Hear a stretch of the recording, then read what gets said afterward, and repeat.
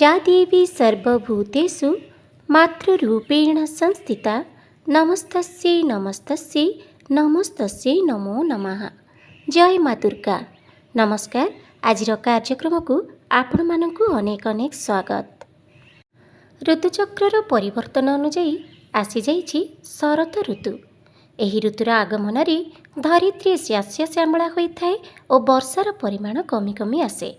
आकाश देखा जाइथाए निर्मल। नदी पठरे काशतंडी फूल फुटी चौदिगकु फूलक भरी दिए। ठीक एतिकी बेले गाँ ठारू सहर सबु स्थान रे मांकर आराधना और पर्वर आरंभ होइथाए। मृण्मयी देवींक पीठ बा सहर बजार रे विभिन्न दुर्गा मंडप रे माटी रे माँ दुर्गांकर मूर्ति तैयारी करा जाई पूजा मध्य करा जाई थाए। एही दुर्गा मंडप रे माटी निर्मित दुर्गांकर पूजा पद्धति ही दुर्गा पूजा ओडिशार घरे घरे सार्वजनीन पूजा भाव रे परिचय आनी देइछि। मृण्मयी देवींक पीठरे आश्विन मास शुक्ल पक्ष षष्ठी तिथिरु दुर्गांक पूजा कार्यक्रम आरंभ होइथाए। दशमी तिथि बा विजया दशमी दिन दुर्गा पूजार परिसमाप्ति घटिथाए। मांकर विभिन्न नाम रहिछि। एहि सबु नाम मध्यरु जगत जननी, अंबिका, उमा, हैमवती, चंडिका एवं जनाशुना माँ दुर्गा नाम ही बेसी भावरे लोकंक मुखरे आदर लाभ करिछि। आउ सेइथिपई ही शारदीय दुर्गा पूजा बोली एहार नामकरण करा जाइछि। एबे आसंतु जानिबा दुर्गा पूजार महात्म्य विषय रे। माँ दुर्गा भय, दुर्गति और अन्याय को नाश करिथिबारु से हेउछन्ति दुर्गा। जेतेबेले स्वयं ब्रह्मा विष्णु और महेश्वर निज निजर शक्ति बलरे देवता मानक रक्षा करिबा पई असमर्थ हेले सेतेबेले सबु देवता मिसी माँ आद्या शक्ति को विकल भावरे निवेदन करिथिले। आउ सेही आद्या शक्ति ठारू जन्म नेइथिले माँ दुर्गतिनाशिनी दुर्गा। तांकर शरीररू निर्गत हेउथिला कोटिए सूर्यर तेज और सौंदर्य। से थिले अपरूपा। समस्त देवतांक शक्तिर सृष्टि होइथिबा अस्त्र शस्त्र को निजर दशभुजारे धारण करिथिले। से निजर सिंह वाहन रे बसी महिषासुर को दमन करिबा पई अभियान आरंभ करिथिले।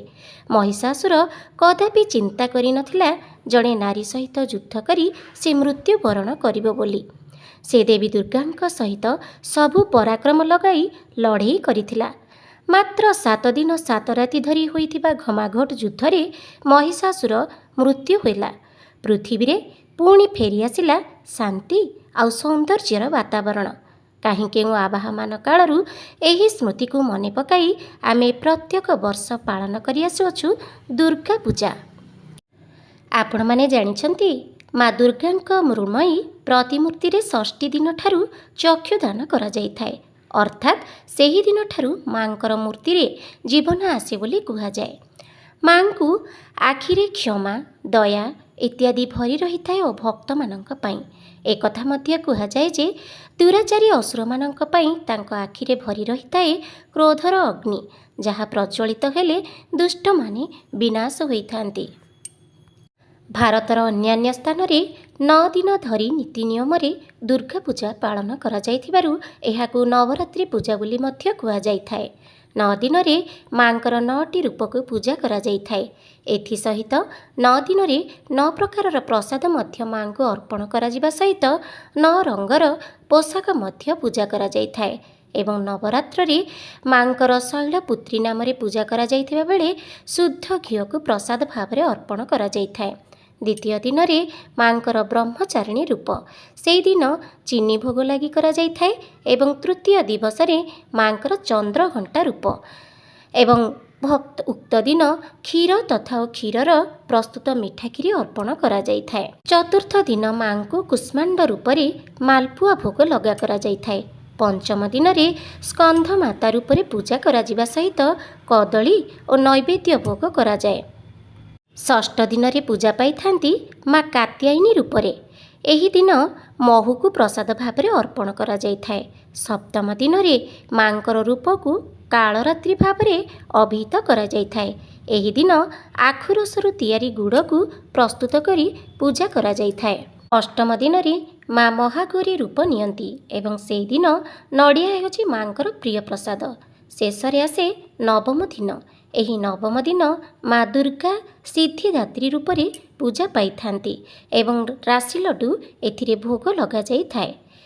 ମାଙ୍କର ଏହି ନବରାତ୍ରିରେ ଝିଅମାନେ ପାଳନ କରିଥାନ୍ତି ଦାଣ୍ଡିଆ ରାସ, ଯାହାକି ଏବେ ପୁରପଲ୍ଲୀଠାରୁ ଆରମ୍ଭ କରି ସହର ପର୍ଯ୍ୟନ୍ତ ସମସ୍ତେ ଧୁମଧାମରେ ପାଳନ କରିଥାନ୍ତି।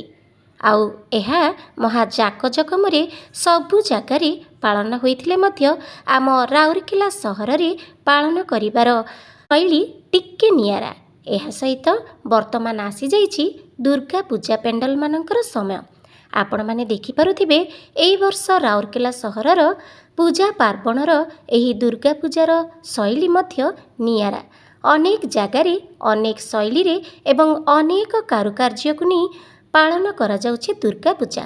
ତେବେ ଆସନ୍ତୁ ନଜର ପକାଇବା ରାଉରକେଲା ସହରର ଅନେକ ଦୁର୍ଗା ପେଣ୍ଡାଲ ଗୁଡ଼ିକୁ ନଜର ପକାଇବା ଏବଂ ଏଥିରେ ସାଜସଜା କରାଯାଇଥିବା ମା ଦୁର୍ଗାଙ୍କର ମୃଣ୍ମୟୀ ମୂର୍ତ୍ତିରୁ ମା ଦୁର୍ଗା ମାଙ୍କର ମୃଣ୍ମୟୀ ମୂର୍ତ୍ତିକୁ ଏବଂ ଆନନ୍ଦ ନେବା ଏହି ଚ୍ୟାନେଲ ମାଧ୍ୟମରେ ଅନେକ ପୂଜା ପାର୍ବଣର ବିଭିନ୍ନ ପାଳନ ସମ୍ପର୍କରେ। ଦେଖୁଛନ୍ତି ତ କେତେ ଜାକଜକମରେ ମାଙ୍କର ସ୍ୱତନ୍ତ୍ର ପୂଜାର ଆୟୋଜନ କରାଯାଉଛି ଏବଂ ତା ସାଙ୍ଗକୁ ବହୁ ସୁନ୍ଦର ମଣ୍ଡପ ମଧ୍ୟ ସାଜସଜାରେ ପରିପୂର୍ଣ୍ଣ ହୋଇଛି।